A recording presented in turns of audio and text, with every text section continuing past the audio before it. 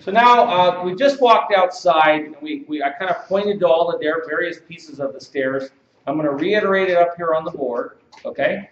So when we were standing outside, we had these things that went like that, okay? And they came up and came up until they got to a certain point, right? And then at the top, there was a large flat area. So that large flat area is called a landing. And a lot of times, there'll be a landing at both ends.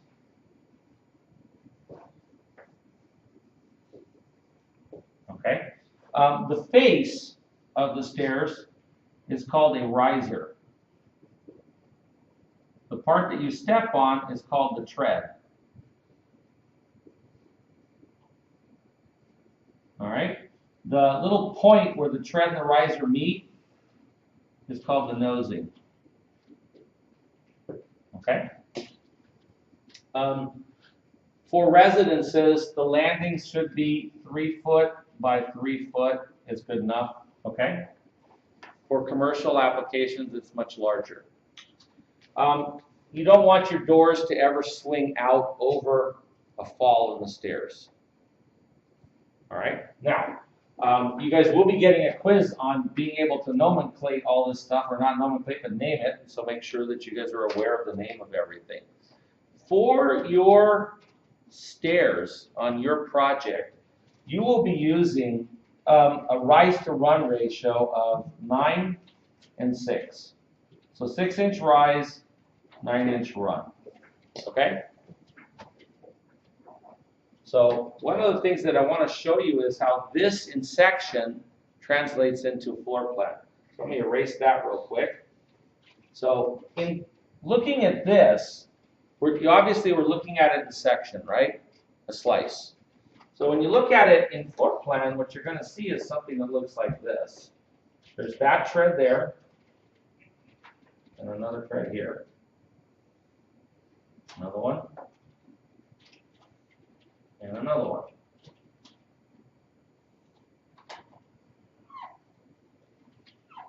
Okay? And so what you're looking at here, what am I looking at right on each of these lines? What is that? What part of the stair is that? Could be the riser, right? This is this, right? This is the tread. The lines don't represent the tread, the lines represent the risers. Because when I'm looking down at this, I see each of those. Somebody said nosing. Yes, it could be the nosing. But what you're looking at when you look at it in plan, you're going to be looking at, essentially the treads are going to be the open flat parts, and the risers are going to be the lines that go across. Okay, part of what I want you guys to understand is that when you look at the stairs, right, there's always one less tread than there are risers. Is that right? Think about it. So when you're looking up here, there's 1, 2, 3, 4 risers, but there's only 1, 2, 3 treads. And that's because the top landing and the bottom landing are, essentially flat areas that are like a tread. Okay? So you guys need to know the difference. You might be asked a question. In a stair that has 5 risers, how many treads are there? You need to be able to answer that quickly because your quizzes are all timed, right? You only have like 10 seconds to answer each question. You've got to know the information. You can't go search for it. Any questions about that? No? All right. You guys will be figuring out your stairs. You're going to actually be building your stairs for this project that's coming up. On Wednesday, if Natalie will remind me, I will cut you guys little pieces of 1/8-inch foam core. What's the scale of the model we're working at? 1/4. 1/4 of an inch equals a foot. So if 1/4 of an inch is the same thing as a foot in reality, how much is an 1/8 inch? 6 inches.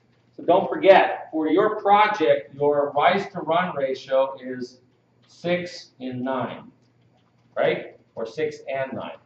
So the riser is 6 inches and the tread is 9. Okay? Any questions? Okay, stop the video.